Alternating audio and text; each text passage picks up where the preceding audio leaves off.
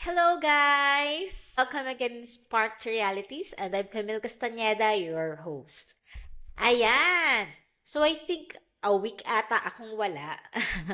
Oo, kasi syempre humanap tayo uli ng inspiration, ideas. Kasi ganun, no? Pag minsan darating ka sa point na parang nakaka-mental breakdown, nakaka-mental block.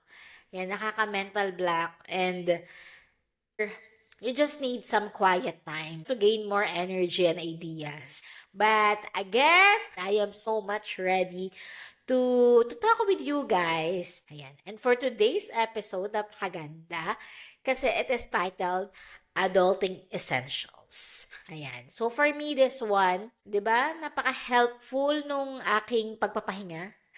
Kasi nakaisip ako ng isang magandang episode. I could relate with it.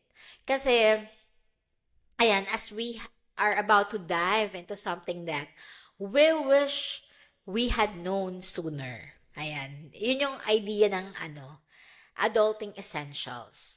Na parang sana as we go or as we explore at tayo ay alam mo yon dinala na dito sa adulthood, sana mas naihanda tayo, na i-prepare tayo ng mundo nung tayo yung mga bata pa.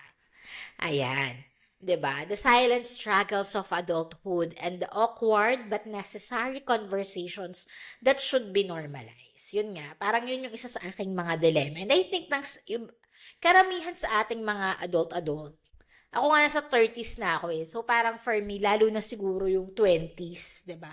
Parang I think we've been more careful, ready, and equipped sana if we were have been able na alam mo yun, magkaroon man lang kahit ng glimpse, 'di ba? Meron man lang tao, mentor, a family member, a friend, a teacher na parang nag-comment sa atin or naging brave enough to talk about this adulthood. 'Di ba? Yung iba kasi, mag-aral ka lang. Pag nakatapos ka, okay na lahat yan. Hindi naman. Oo. Tapos meron namang tinatakot ka na, "Ay, ang hirap na, ganyan-ganyan." Pero sa totoo lang, wala naman eh, 'di ba? Parang nung dumating ka doon talagang it's up to you how to figure it out. I think gano'n naman talaga yung life. 'Di ba? At the end of the day, kahit ano namang ituro sa atin, 'di ba, ng parents natin, ng teachers natin, friends, ganyan, na tayo pa rin naman talaga yung haharap. Pero sa akin, sa tingin ko lang naman, is if somehow, 'di ba, meron talaga tayong naging mentors, meron talaga nagturo man lang. I think this must be sa high schools and college na magkaroon ng ganito na the real world after schooling na ito na yon, bills, taxes, how to cope up and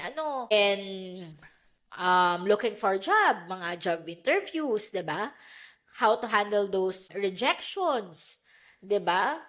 Those decisions kung saan ka mag-a-apply, how to adjust in a working environment, lalo na kung mga first-timers, 'di ba? And yun nga, finances. Sa akin, napakalaking bagay niyang sa finances na yan. Kasi, syempre, as bata ka, you're just starting working or just starting to earn your own money, napakalaking bagay yan eh, na may tao man lang na makapagturo or nakapagturo sa'yo ng mga do's and don'ts. Diba? But still, diba, ang ganda na somehow, una pa lang medyo may idea ka na. I think error is inevitable. Ganun naman talaga. Nagkakamali tayo. May mga maling choices, mga maling decisions. But I think it would be lesser and hindi siya, I think, ganun ka-overwhelming if somehow na-ready tayo. 'Di ba? I think these are ones of the awkward conversations or mga difficult conversations na ayaw pag-usapan. Parang, wag na lang, 'di ba? She'll know when she get there. Oh, parang I think some of the parents are awkward they themselves kasi maybe pinagdaanan na rin nila yung hirap or silang talaga ganun kabukas yung mga konversasyon na parang it's awkward nga. So, parang wag na lang. Because I think it gives so much emotions. It's also kasi opening some wounds, I think. Or it's like vulnerable telling your kid na parang I myself, nahirapan ako. Or minsan naman, boastful naman yung dating na parang nung ako nga, kinaya ko or whatsoever. Pero if there's a household, a subject in school, an organization who could somehow prepare or introduce adulthood dun sa mga bagets before they really arrive there is for me is a very helpful tool.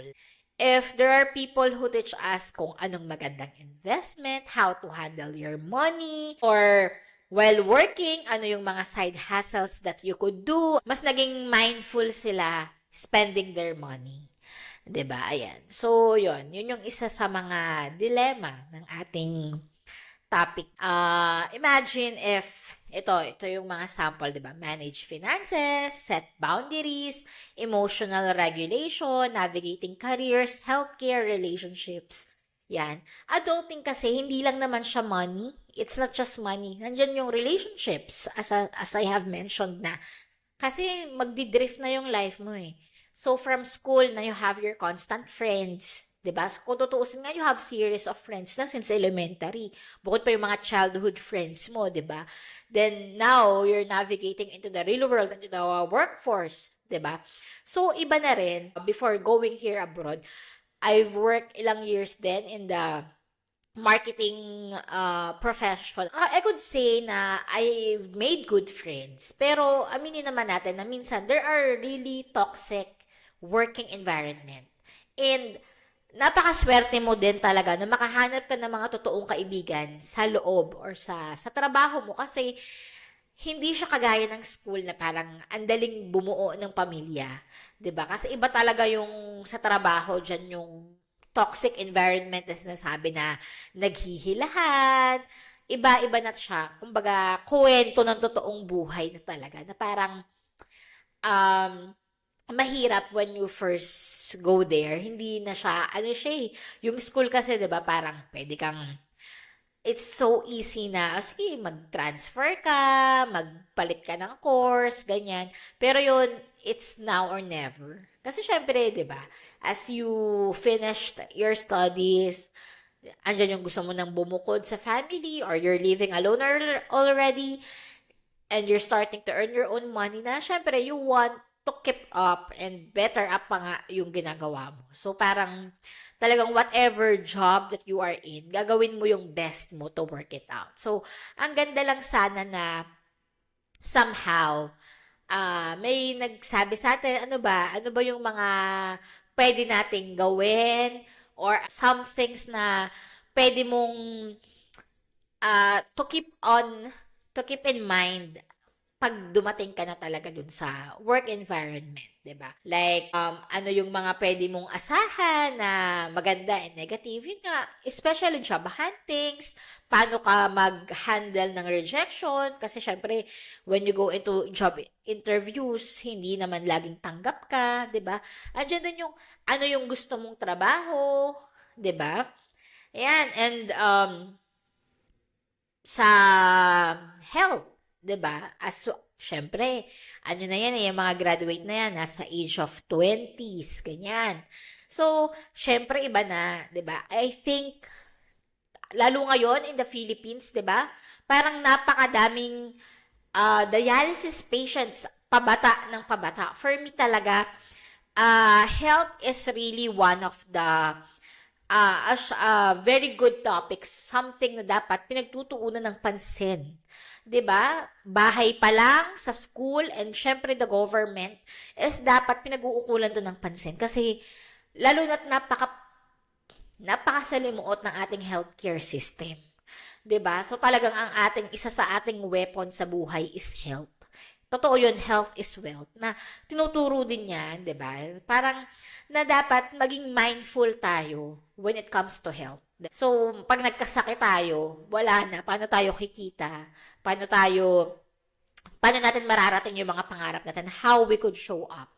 So, yan. Isa yan for me, dapat na pag-uusap. And this one, for me, this is a very important topic. And I think, hindi lang sa household, schools, the government, is yung pagtaas ng HIV case in the Philippines. I've been part of the life coaches nga in my college days.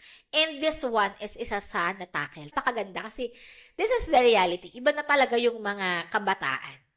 It is happening already. Kaya nga ang taas-taas, di ba? And alam naman natin what is HIV.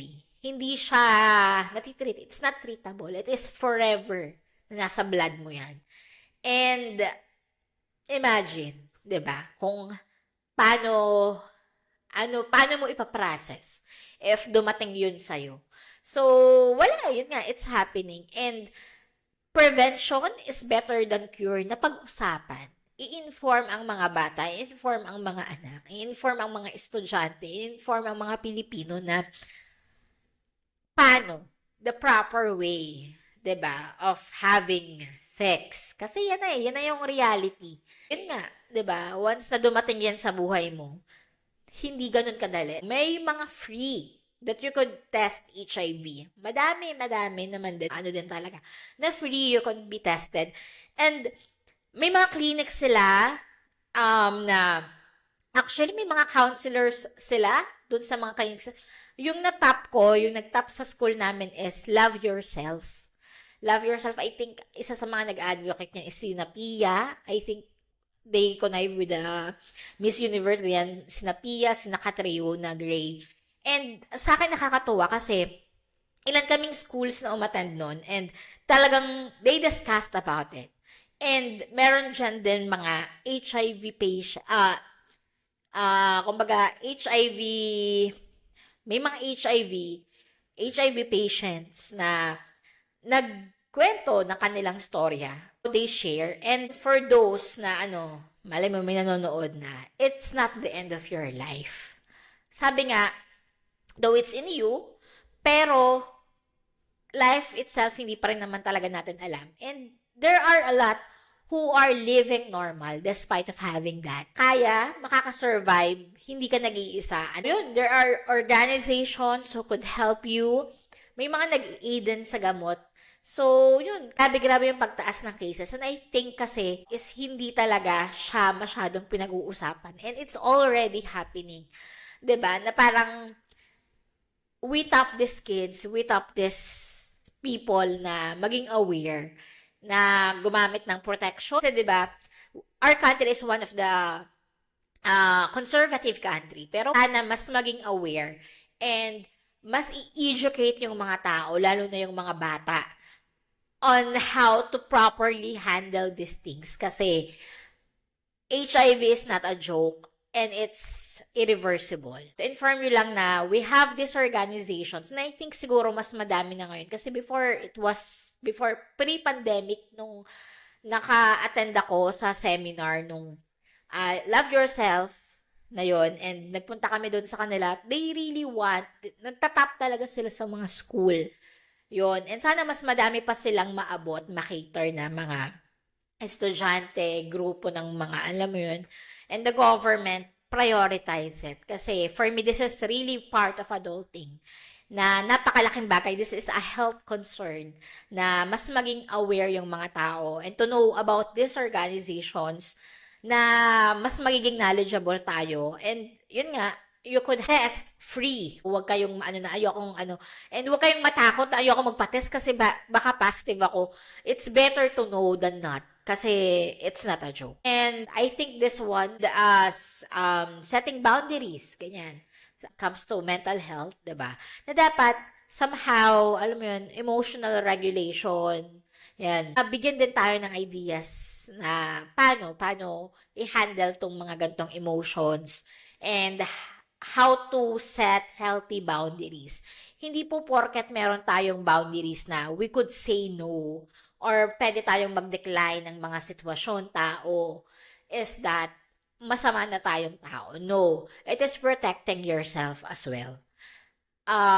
Minsan, if it is really overwhelming, wala namang masama to take a while to pause and prioritize yourself.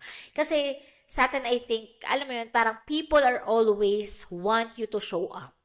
'Di ba? Parang yan yung mentality. Kailangan lagi kang okay, ready to go.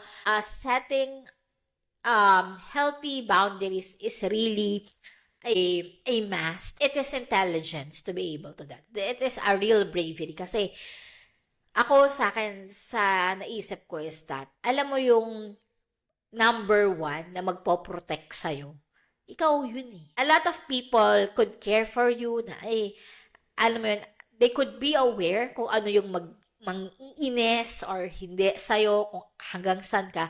But at the end of the day, tayo yung number one protector ng sarili natin. Kasi tayo naman talaga exactly yung nakakaalam kung hanggang saan lang tayo. Unang-unang, for me, first line of defense ng sarili natin is tayo. Kasi wala namang makakapasok sa buhay natin, wala naman tayong matotolerate sa buhay natin kung hindi natin iaalam. So, sana yan yung mga bagay na manavigate natin sa buhay natin. Kumbaga, this is our reality. Hindi na nga tayo, walang adulting 101 during college. And there are really households na hindi open sa gantong pag-uusap. Lalo na ngayon, napakadaming broken family, ganyan. Nakakalungkot man, but this is our reality. Pero, it is never too late to teach and alam mo yun, to learn these adulting things. Meron mang downside na iba na yung generation natin ngayon. But, somehow, meron din namang positive side na ngayon, grabe na yung internet. We have all the resources that we need na abot kamay.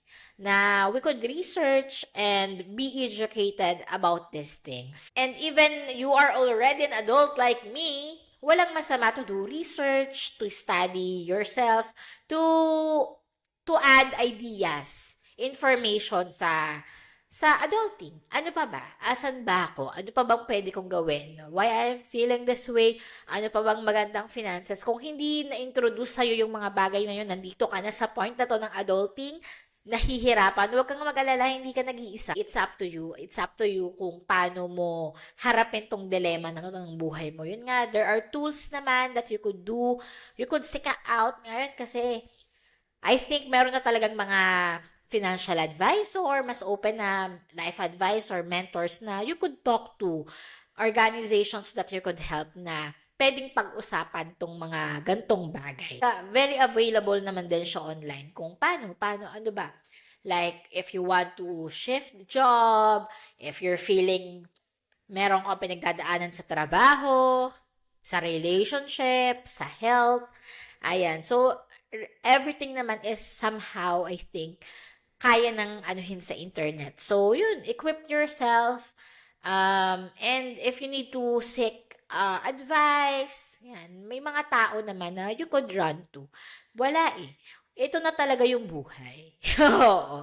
Hindi na tayo pwedeng bumalik dun sa mga chill moments lang, nagagawa lang tayo ng projects, mga ganyan nung sa school, diba? This is our reality na wala eh. Kailangan natin mag-show up every day, even though may mga pinagdadaanan tayo. Kasi adulting, that's adulting, diba? It's being a responsible adult to show up no matter what. Kasi, yun nga, you're feeding yourself. Minsan, we aid pa to our family, lalo na if you have your own family. So, yan.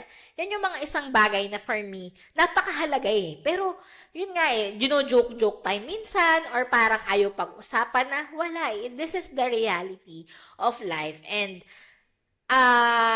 as a parent, for me, kung maging sa mga parents natin, it is also our responsibility to, alam mo yun, to inform their kids about these things, diba? Hindi naman natin talaga sila fully maihahanda. Wala naman taong talagang super naging ready in life. Pero, yun nga, at least may baon man lang sila sa buhay. May idea man lang sila. Hindi yung parang, pag dumating doon, sobrang, what's happening? What is this? Napakadaming bagay, napakalalim. My intention is to tell na this adulting essentials, mahalaga. Mga mahahalagang bagay na sana mapag-ukulan ng pansin, mabigyan ng atensyon. And tayong mga nakakatanda, ay matanda siya, is sana tayo din, huwag tayong mahiya or itago yung mga karanasan natin. If there are younger ones na nag-a-ask ng opinion natin or somehow open naman alam mo yun, open naman na maturuan, let's inform them. 'Di ba? Huwag lang natin silang takutin na ala ka, ano na, tapos ka na. Or wag lang natin silang i-baby na, you'll know when you get there na tell them the reality of life. And walang masama to inform them your wrong decisions before. To inform them yung mga maling actions nyo din na nagawa that you learn from. 'Di ba? Kasi I think minsan, yan yung mga dahilan kung bakit nahihiya tayo to talk about it. Kasi, ba't ko may kukwento yung mga mali ko, di ba? Parang we just want to wow them dun sa finished product or dun sa polished version of our life. Na yung totoo naman, ganoon naman talaga. Life is trial and error. So, hindi yun kabawasan sa'yo. Your life is already polished. So, walang masama na magbigay tulong ka man lang dun sa mga younger generations para hindi sila mabombarded ng life. 'Di ba? As much as we could stretch our hands, 'di ba? Ang saya na we could be somehow a light, a miracle to someone, 'di ba? We could be a spark on their reality. 'Di ba? Yan, yung mga ganyang moments time. Kasi ako, sa akin, sarili ko din, oo, may mga I think meron din naman kasing part minsan when we talk about sa families. Meron din naman kasing minsan, hindi naman din talaga sila ganun ka-equipped yung parents. They came from, kumbaga, simple family lang talaga. Sakto lang din yung working nila. Hindi naman din talaga sila na-mention doon. Kaya nga, I'm telling this not about households only, not about families only, but even the schools, the government na sana mas maging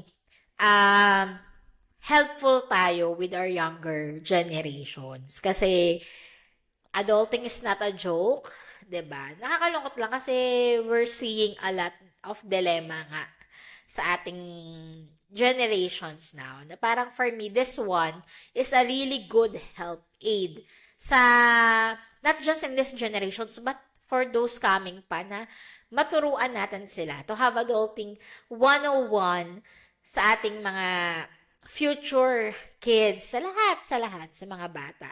Para when it is already the life it is, it's time to be an adult, meron naman silang baon-baon. Mas confident naman sila. And to always remind them na it's okay. It's okay not to be okay. Na it's okay to na magkamali, na ma-reject. It's part of life. Yun. I think this is one of my wish na magkaroon tayo ng ganyan in life. We could never be exempted in any storm. Sa lahat tayo, we will experience our own storm sa buhay natin. Failure is inevitable. Rejection is inevitable. And for me, yung pinaka-best na answer, ang pinaka-best na pananggalan dyan is the Word of God. 'Di ba? Ako, sa akin, ngayon, I'm so glad na mas nakilala ko siya sa buhay ko. I got deeper relationship with Him. I am now able to seek Him more, to pursue Him more in my life. Kasi, doon ako nagkaroon ng, ng peace. This one also is one of the essentials na sana ma-introduce natin sa ating younger generations. 'Di ba? Na, ito kasi, pag ito yung pinagkapitan mo, wala na, taob na lahat. So, yan. Kasi, life is really tough. It's really hard. So, to have someone and to be with someone, to have our home in Him is napakalaking bagay na whatever happens in our life, how could, gano'n man tayo itos ng buhay, is alam natin na whatever happens, we will be okay because someone really got us. Sana nakatulong to somehow, nakapag-enlighten to sa mga parents, sa mga adults, 'di ba? And to the young ones. Thank you for joining me, and let's end it with a Bible verse from Isaiah 30:21. And your ears shall hear a word behind you, saying, "This is the way, walk in it, when you turn to the right or when you turn to the left." Ayan. Thank you, guys! See you next week!